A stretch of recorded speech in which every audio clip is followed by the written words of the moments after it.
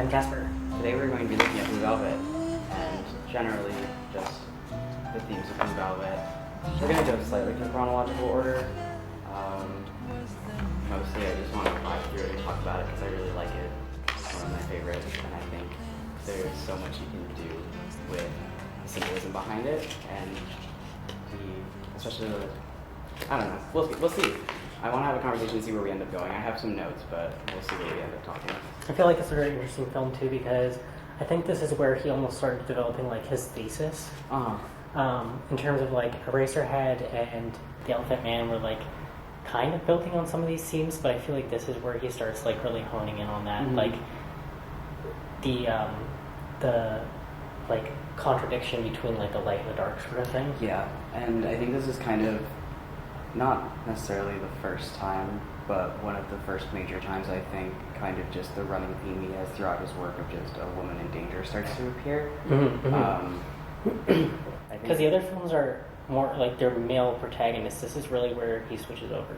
Yeah, and like Jeffrey is a male protagonist, True. But I feel like he's one of the most forgettable kind of Lynch. He's not the main focus for sure. No. He's more of like an audience surrogate. No, exactly. He's just kind of there to be an audience surrogate. He's not super memorable on his own, I feel like. Maybe I'm wrong. Maybe there's a lot of Jeffrey lovers out there who think he stands out, but I feel like, to me, I watch it and I'm just like, oh, that's Colin McLaughlin. Yeah. Like, doesn't seem... He's more just there for... Especially, I feel like the face he's pulling throughout the entire film was just genuine, like, kind of confused. Exactly. He's confused with the entire thing. It feels like the women are the people who, like, guide him and tell him, like, the things that he needs to know to get through the journey. So it is, like, his journey, but it's still, like, completely informed by women's perspective. Like, the things that Laura Dern says to him, like, changes his perspective about, like, how things are horrible. And then Dorothy, like, changes his perspective on how things have been made out to seem good. Yeah. So it's, like... It's like an education of film. Like he has a yes. So primarily, I think what this movie is kind of dealing with is abjection, and so to kind of broadly define what abjection is, it's an emotional response to something that is disrupting our sense of self and our sense of order, like our kind of really primal consciousness, like gut feeling about things in my mind. It's physical disgust towards things that make us feel out of control, make us question things kind of really deeply, like our whole sense of identity about ourselves, about other people, how the world works. I feel like it's something that it's a break in that. It's a disgust, a horror, a revulsion where the line between pure and clean and like impure and dirty is kind of blurry and hard to define. So for this, I read a piece called He Put His Disease in Me, Abjection, Depravity, and Postmodern Suburbia in David Lynch's Blue Velvet by Crescentia Clay, and I thought it was really good. So one of the things she says about the abject is, abject abounds literally in the roaches between the glossy lawns and metaphorically in the pathology of the characters and in the erotic, which I think that kind of broadly summarizes where the abject is found kind of most obviously in the film. It's like obviously with the roaches, they're alive, they're roaches, but they're disgusting. I hate them. I don't know how you feel about roaches. No, they're not. They're awful. Is that the first shot of the movie? Is a shot of a roach? I'm almost sure. And you see there's kind of a running... Lynch loves his bugs. Yeah, sure. And it's almost like a cough. Yeah, I mean, I wouldn't be surprised.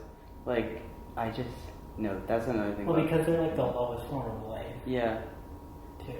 I hate them. I can't even...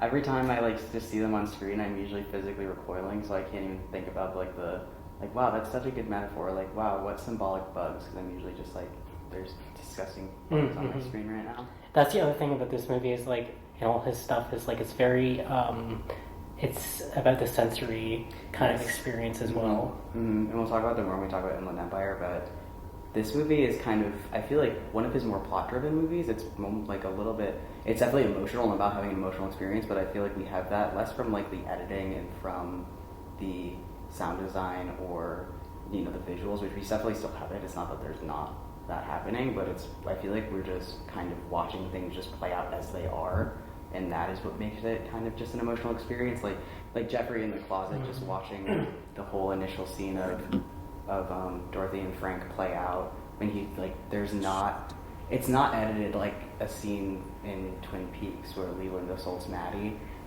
not, I mean, it's just kind of, we just see it. It's just filmed very straight up, and it cuts back between him and the closet just looking at it. Yeah, it's so objective. There's something almost feels like he's trying to remove any artistic intent that could be there. Mm-hmm. It's sort of to have that objective. There's no romanticization of it at all, and it's not really censored at all. It's very... It just start raining? Yeah. Oh, wow. It's just very straightforward in what it presents, and that is what is so surprising about it, and it just feels... You feel gross after watching it, just like he's in there peeping on her, so, but then he goes from... And exactly, he has a very objective experience. He goes from having this kind of erotic peeping Tom experience to then feeling like, knowing he just witnessed something horrifying. Mm-hmm. Yeah, and the other thing I was going to say is that it's also like kind of presented as a really like simple storyline. Like it's like the white picket fence. Like, yes. It does start off where you already know it's not going to be simple because of the opening with the ears. Mm-hmm. But like after that, it does kind of try and trick you into this like almost like fairy tale-esque world where you forget that there could be consequences. Mm-hmm. And I feel like that's why when you see like that underbelly, it's so much more like poignant because it's like you almost completely forget that's where it was going until it's the first thing you see. Mm-hmm. It's funny because like for me watching that, it just, maybe I'm just like a cynical person, but the minute I saw this movie for the first time, I saw the opening credits, it was like horror movie to me. I was like, this is weird, and it's meant to be weird. Yeah, but I mean, I feel like it feels like that. And then it you're right. Like, kind of rolls you back into that, and then you get like slapped in the face again with like, oh shit, that's where we're going with this. Mm-hmm. It's just like how I just see anything that is too, like that's why I'm deeply terrified of The Wizard of Oz. The fact that people can watch it and think it's like a comfort movie or like cute and like happy or whatever blows my mind. It is terrifying. It's a horror movie. I thought it was very scary. I still think it's very scary, but I'm not the target. It's very much like this. This is like The Wizard of Oz, but like kind of fucked up in terms of like mood. Mm-hmm. Mm-hmm. The tone of this whole movie is just so...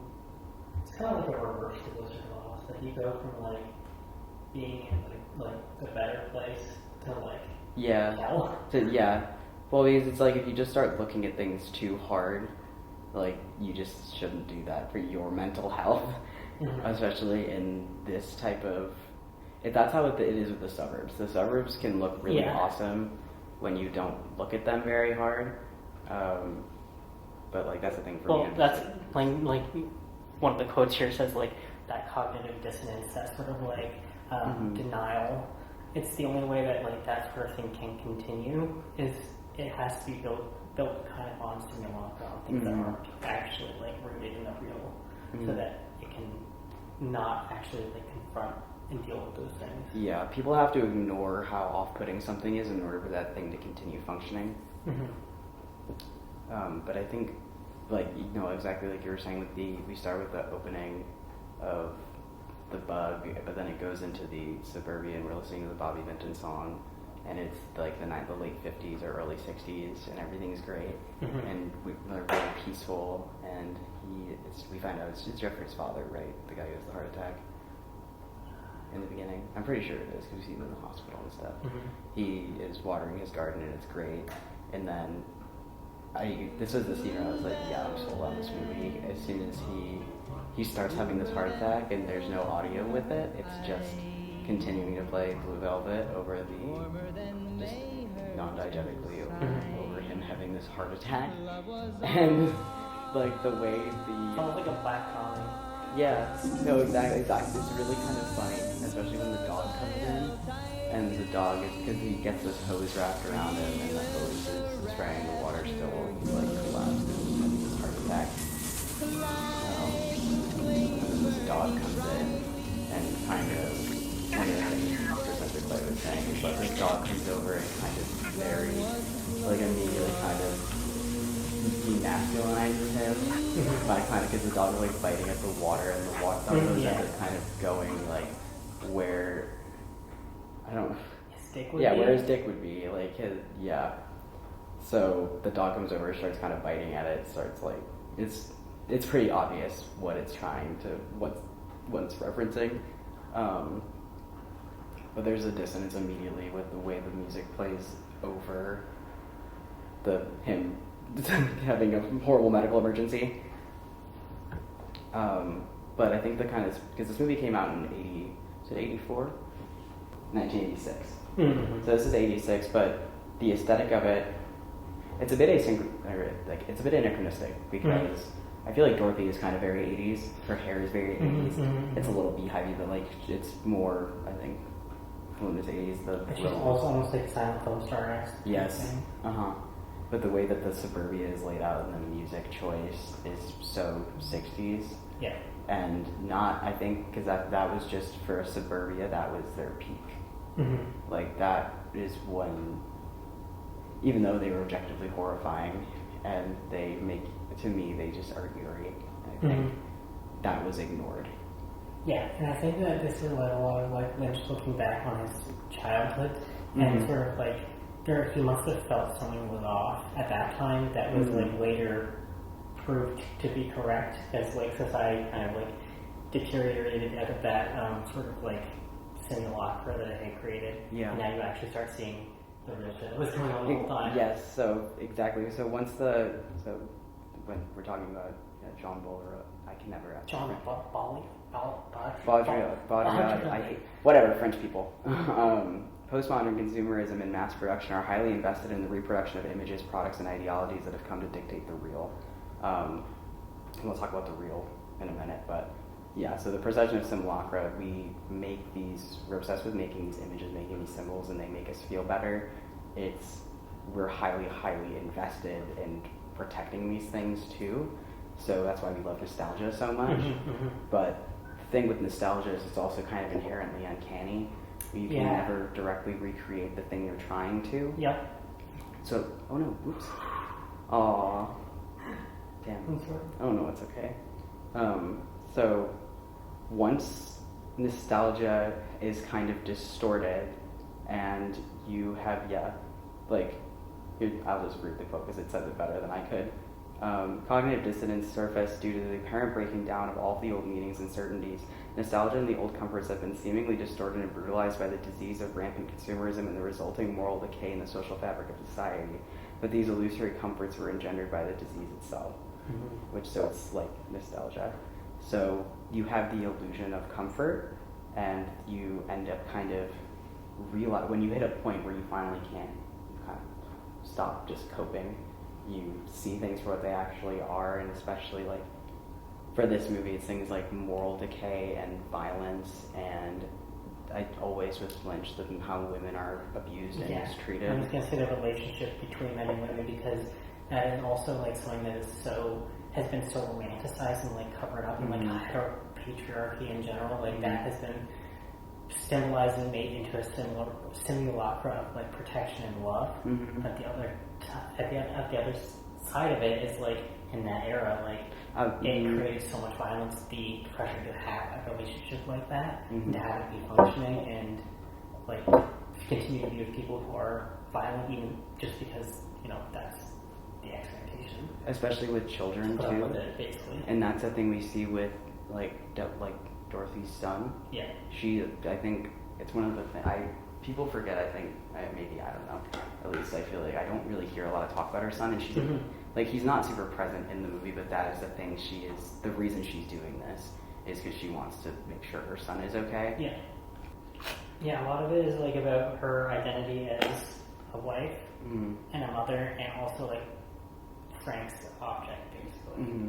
And also her trying to do her own thing on top of that, while trying to figure out your own personhood, while then also dealing with that. Like maybe she deserves a little more slack in terms because what I like about her character so much is she's not a very a perfect victim. She does the first interaction she has with Jeffrey is pretty dicey in terms of her threatening him with the knife and making him get naked. A lot of her own trauma.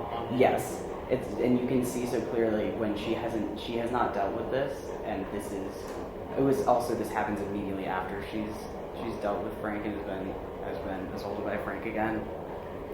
So she doesn't at this point.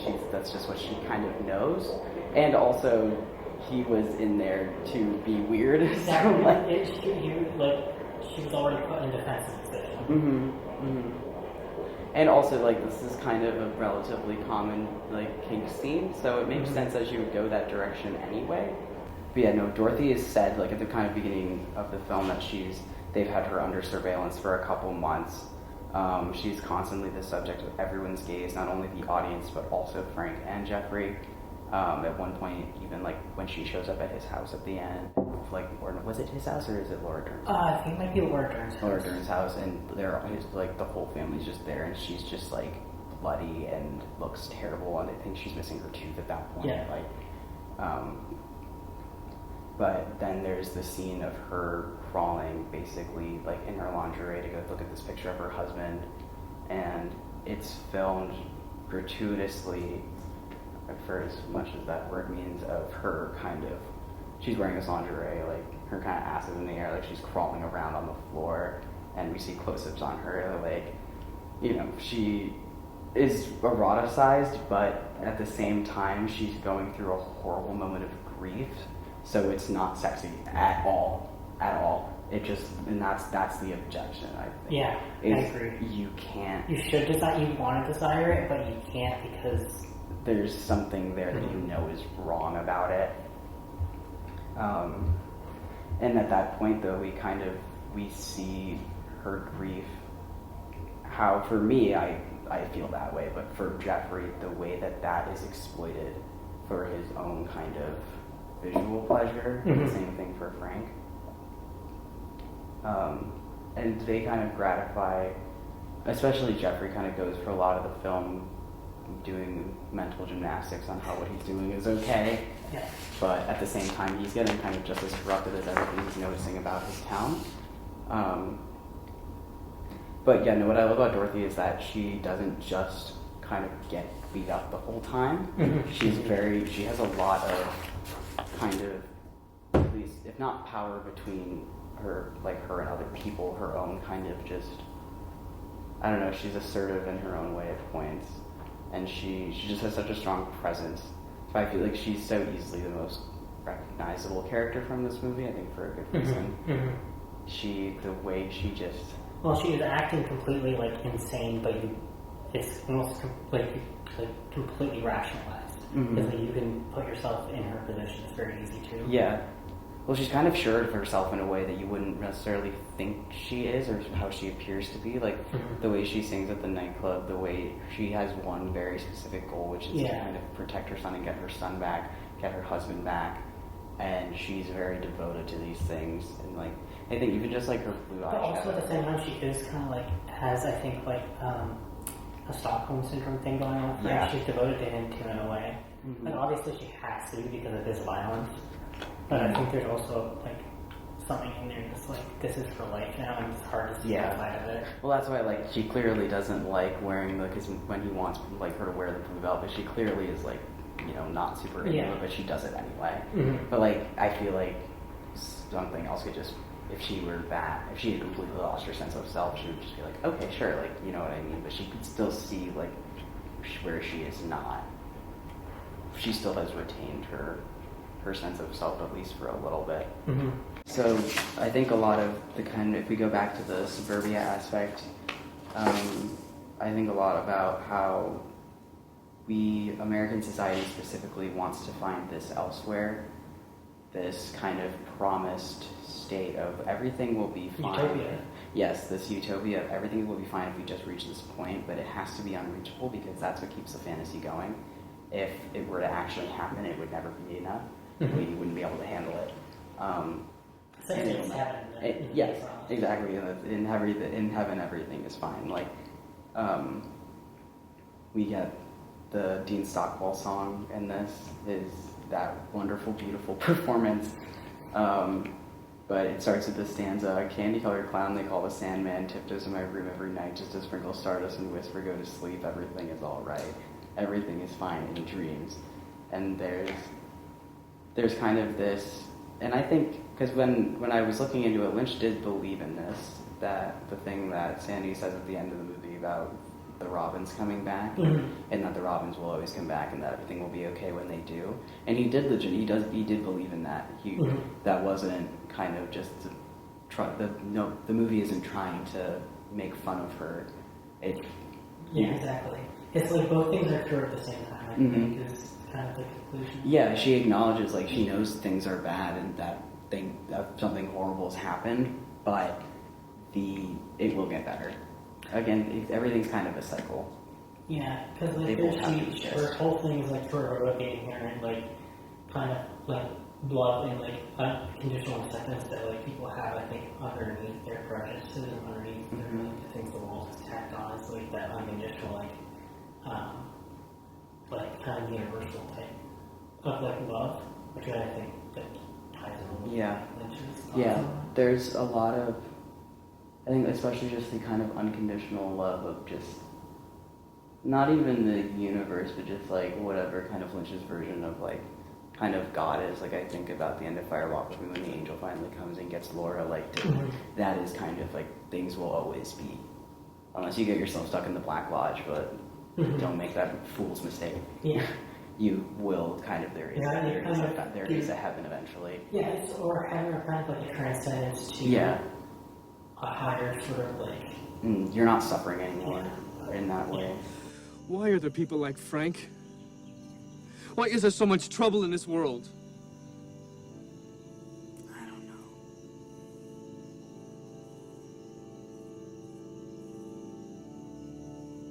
I had a dream. In fact, it was the night I met you.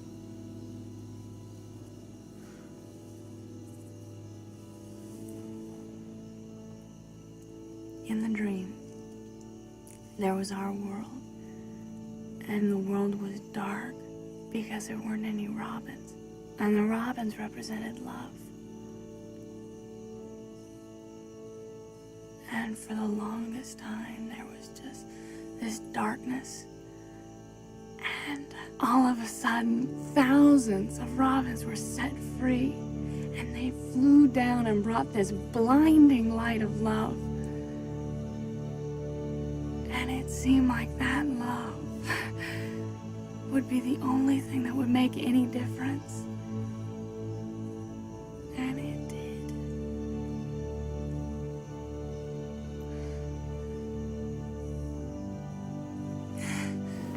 But yeah, apparently Lynch was directly like inspired by the 60s version of the song, so it makes sense why it is such a through line through this movie. So much is literally about blue velvet, like actual literal blue velvet.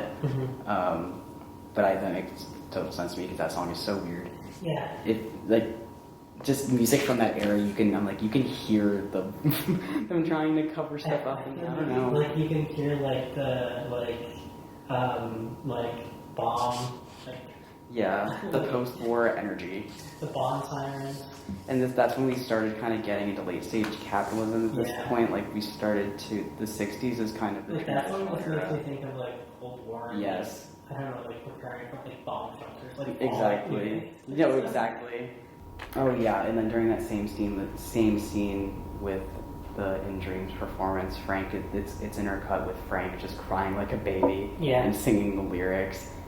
Like, he wants so much to go back. Yeah. And that's also his thing. He wants Dorothy, he misses her. That's his thing, like, probably like a Freudian thing of, like, he also wants to go back to being a kid. Exactly. Like, that's definitely his thing, is, like, he is stunted in some way. He's completely stunted, and I don't see a lot of people bring this up, but, like, I've seen some, like, acknowledged or at least theorized about a little bit, but, like, Frank definitely had some probably, like, sexual abuse from his mother, something similar to that stunted him in that way. So, like, scenes like this, and, like, the scenes of him assaulting her, like, we see kind of just his pure consciousness and come it's good out. because it's, like, such a nuanced perspective on that, because that sort of behavior doesn't erase the fact that he's also doing something horrific. Exactly. It's the same thing with Dorothy of, like... It honestly just kind of, it does kind of make you take him in a way. Yeah. Yeah, well, that's the thing. Not with the sort of, like, empathy, but just, like, the, like, yeah. And I feel like part of the reason he's so scary is because he's pitiful, at least to me, is someone who's even, like, just... But can still cause that much destruction and, like, damage. Right. He's just, like... He's just the perfect kind of character to be the villain of this movie. Just thinking about him and looking at him for any amount of time just feels gross. Yeah. But and especially knowing, like, him the contrast between his kind of real macho persona, like Pabst Blue Ribbon, and then him crying like a baby during a performance of this song from this very kind of... And it's almost like those sort of things like trigger him. Yeah. Like, it's like a state that he, like an altered state that he enters into. He could not access... Or time, like his time. Yeah. Postmodern kind of America has failed him. He lost his dream. Like, that is the thing that he wishes he could go back to, but all he can really do right now is just possess Dorothy. Yeah. To look at Frank's, like, sexual pathology, I think is quite interesting, because for him it's a running theme of gazing and then not being looked at. When he doesn't want to be looked at, he will beat the shit out of you, but then he also, like, he is completely, he's so voyeuristic towards Dorothy and eventually towards Jeffrey that, like... And he does put on a performance. Yeah. It's almost a drag. Yes, he does want to be, like, he wants to be perceived as, like, especially when he starts huffing the nitrous, like, then he's up. But being directly it's by Dorothy specifically looking at him, and then once Jeffrey kind of is able to... Because she kind of knows both sides. Right. And that's not okay. Exactly. And it's the same thing with Jeffrey, is that once Jeffrey has understood what he's kind of really like and has noted and felt that objection, like, you're not allowed to look at him anymore. Like, he can only, now it's dark, I'll fuck anything that moves. Yeah. It's dark now, time to fuck. Like, it has to be, he can't look at what he is doing either. I think because it also partly makes him miserable. He doesn't seem, especially if he's doing stuff to try and relive some trauma, like, he's clearly not having a fully, just, like, you know... His life seems like it kind of sucks. Yeah, his life seems like it's pretty shitty. But a lot of this film tends to revolve around, in the same way that it's about kind of abjection, it's about the real, the Lacanian real, one of my favorites. So it is defined as phenomena with which all words cease and all categories fail. That which is beyond all meaning-making systems and lies outside the world created by ideology society uses. All the ideology society used to explain existence. It's the uninterpretable dimension of existence that rejects all attempts at signification and rational explanation. So basically with Lacan, you have the real, the symbolic, and the imaginary. And the real is what is left when you remove the symbolic and you remove the imaginary. Everything about him just is, you can't really define him in a way. And he's just, once encountering something is kind of, he is so... He's almost like an entity. Yeah. For Jeffrey, really, his first kind of main... Well, I guess you could say even from the beginning, I don't know, but the scene in the very beginning when he finds the ear, do you think that is I guess that's more of his first encounter with abjection. But he is so confused by it that he does immediately tell people, and it kind of... I think that's what shocks out of the dream. Yeah, it's immediately what off-puts him, and he knows that there's not really a way that you could find that and have it not. And that's why he can't stop thinking about it. He can't just, like, put it down and let it go and let the people who need to deal with it. Like, this is a problem that is... It gets to him. Yeah. And that's the thing with the... Because I think, like Lynch, he feels like something's off but can't put his finger on it. And with the real, once you have this experience with it, at least for me too, like, there's this desire that because you can't, there's no way really to explain it with kind of coherent symbols and images and ways of thinking that are coherent, I want to get to the bottom of it so badly, and you kind of just can't. It's just something you have to sit with. But once we don't like to blur boundaries with things. So when we can't put a solid distinction on something, especially when it makes us feel a really strong emotion, something like disgust, it makes us feel an emotion that is we can't really put into words. But that is what kind of a lot of reality is. But for Lynch, he tends to look a lot, these kind of emergences of the real for him throughout his work is kind of, a lot of it is focused on the suburbia and seeing a crack in that, and especially random violence or random desire that kind of will just burst out of that. From the repressed stuff. Yeah, and like in that opening scene with the father having a heart attack, meanwhile inside his wife is just like watching an old violent movie on TV. Meanwhile, it's like idyllic and pretty outside, and it's just off-putting. The whole thing is off-putting, and when it's almost like there's also a craving for that balance because it's so perfect. It's that something has to be disrupted. Right. It can't function Right. forever. Then it starts to break it though too, because you can't have something like that happen. It doesn't correspond with the suburbia. You can't. That type of thing needs to go under the surface, or else everything will stop functioning. So when he starts having this heart attack, the editing starts getting choppy, and like it gets slowed, and you know what I mean. You can see it start to distort, and the audio getting like the running water sound starts to overpower the music. And then the scene with the water hose again, you can see where there's a switch, but it seems like no one else kind of really notices it. And that like whatever that emotion is, where you see something really fucked up, and it seems like no one else is really notices or cares, and that I think accepted it somehow, right? Yeah, right. It's something that they can somehow just cope with and ignore, but like how? And I feel like every time people say they don't understand Lynch's movies, I feel like ever since I just heard him talk about that experience he had when he was little, and he saw he was like playing outside or whatever, and he saw this naked woman who looked beat up or something walking down his street, and he was like 5 years old, and he just had no idea what to even think about that. Because that's the same, it's just like finding an ear in the middle of a field that's been clearly ripped off of somebody. It's like there's no explanation for this that could be normal or not violent. Like, and then when you're not when only you don't know what violence is, right, and you're a 5-year-old, so you can't. And then specifically, it probably like beating probably someone's wife or something who was beat on. Like you have no idea. You don't know the societal like layers of violence and the oppression of women. Like you don't understand any of these things. You're 5. Like all you see is just something that you know in your psyche is horrifying. Yeah.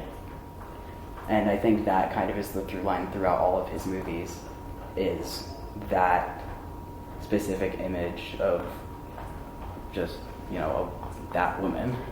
And that, like, the confusion, and, like, disruption.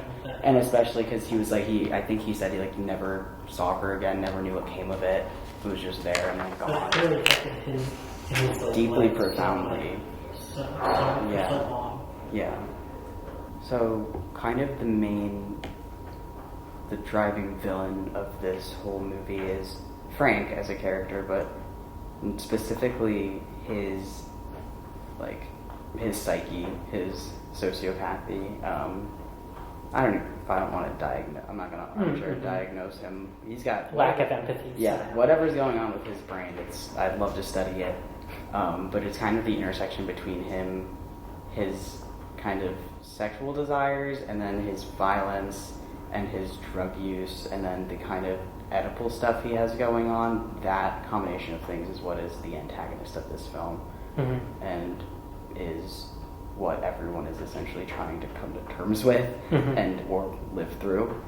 I think it's also for him, it's also sort of like that, like, he has, the issue he has is one that I think that a lot of men have in, like, our society, is just, they think that they have or owe something, but a woman around.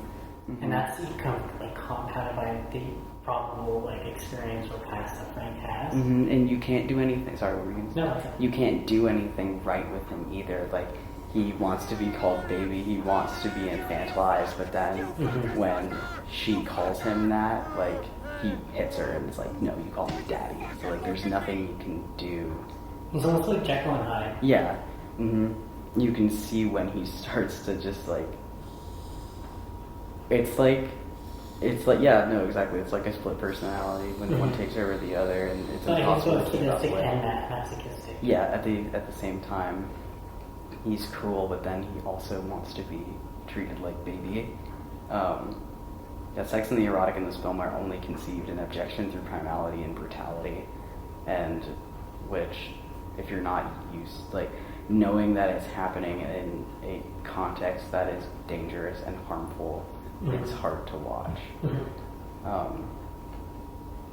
And like the scene of him like the early one of him beating her to the ground and then like going crazy on her on the floor is hard to know how to feel about, also because it feels horrible to watch, but then she also is kind of like down for it in a way, like she's getting off on it to some degree, and then Jeffrey's also watching it from the closet and doesn't know how to feel about it either because he's also kind of getting off from it a little bit.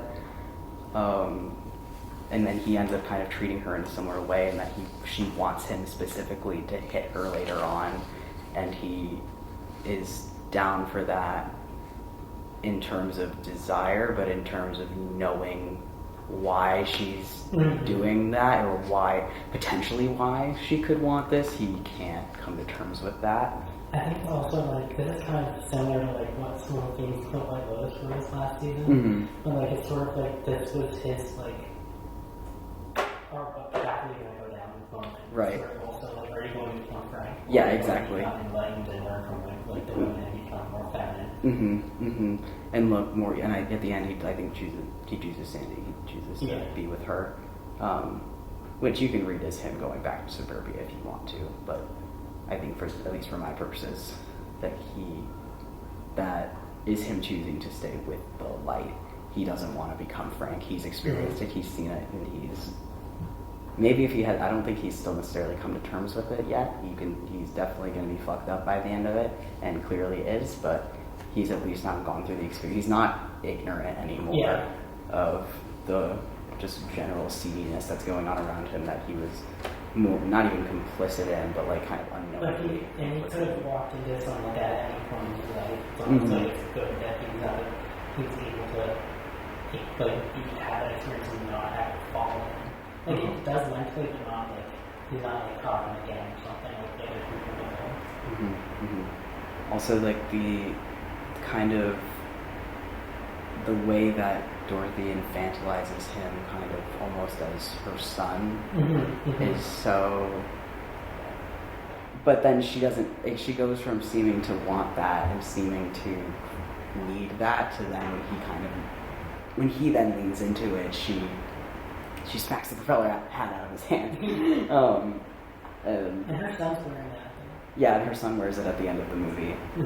Yeah, we get flashbacks in his mind and on screen between Dorothy's face, them having kind of more like stereotypically loving sex, and then also him beating her, and then like finally with Dorothy saying "Mama loves you," like that's his nightmare. And those are all things kind of that he's been experiencing, each individual emotion that has come with that at the exact same time. And when all of those emotions are so overpowering that experiencing them together in the real is too much. So it'll come out of the nightmare. At the end of the film, we zoom out of Jeffrey's ear in a version of the opening where he finds the ear and we go into it. Things have kind of wrapped up and I think you can read this as cynical if you want to, but like I was saying earlier, I think Lynch genuinely believes in the kind of, it's not that bad things aren't going to happen, but that things will eventually return back to a normalcy. Not that everything has disappeared, but that it's not. You can go back to kind of living your normal life and not feeling. Or at least you can choose. Power to like choose what you want. If you want to be sedated from that point, you can go back to that. Or you can just kind of stay in permanent cognitive dissonance also, but usually you just end up going insane. I think that's why there's so many just straight up insane people in his work. There's no kind of overt moralization. You can read the ending, I think, any multitude of ways, and I think they're all, at least to some degree, reasonable. Lynch said, I don't know why it had to be an ear, except that it needed to be an opening of a part of the body, a hole into something else. The ear sits on the head and goes right into the mind, so it felt perfect. And we, I think, had a pretty good exploration of Jeffrey's mind throughout the whole movie and how he processes, how he first processed the world, and then him losing that innocence, and then processing the world a completely different way by the end of the film. And then even at the very, very end, like we were saying with the Robins and with what Sandy tells him, you can kind of see him understand that like Dorothy's been reunited with her son, her husband's back, like things have gotten better. And when Dorothy reunites with her son and she sings him Blue Velvet again, things aren't totally fine. She still cries. Like, she's not gonna have... She still has that trauma. Mm-hmm. It's not gone, it's not fixed, but she's in a better situation. Things have gotten better. And it's not gonna leave her, and it will continue to affect her, but there's been some kind of... Especially Frank's dead at this point. There's been some kind of...